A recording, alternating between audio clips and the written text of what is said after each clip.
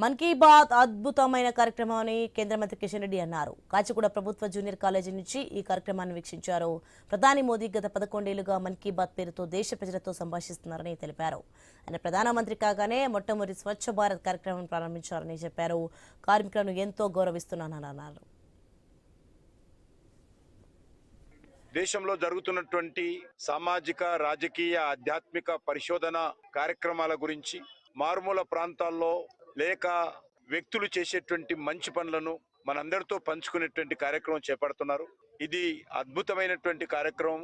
వారు ఎంత పని ఒత్తిడి ఉన్నప్పటికీ కూడా ఏ ఒక్క ఆదివారం కూడా మిస్ కాకుండా ఆయన విదేశాల్లో ఉన్న, పార్లమెంట్ సమావేశాల్లో ఉన్న, దేశ పర్యటనలో ఉన్న, మరి విధిగా ఈ యొక్క మన్ కీ బాత్ కార్యక్రమం చేపట్టడం అనేటువంటిది నిజంగా ఒక చారిత్రాత్మకమైనటువంటి కార్యక్రమం. ఇది దేశంలో జరుగుతున్నటువంటి సామాజిక రాజకీయ ఆధ్యాత్మిక పరిశోధన కార్యక్రమాల గురించి మారుమూల ప్రాంతాల్లో లేక వ్యక్తులు చేసేటువంటి మంచి పనులను మనందరితో పంచుకునేటువంటి కార్యక్రమం.